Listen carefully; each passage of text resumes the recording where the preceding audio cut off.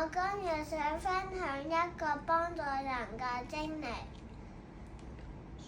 我同我嘅畫畫老師同埋我嘅小同學去咗海洋公園參觀緊企鵝。我見到一個小弟弟跌咗頂帽，我快啲跑去執返頂帽，跟住俾返嗰個小弟弟。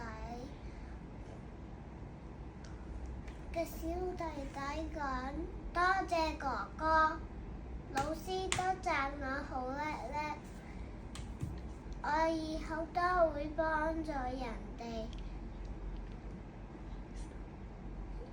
因為幫助人哋令到我好開心。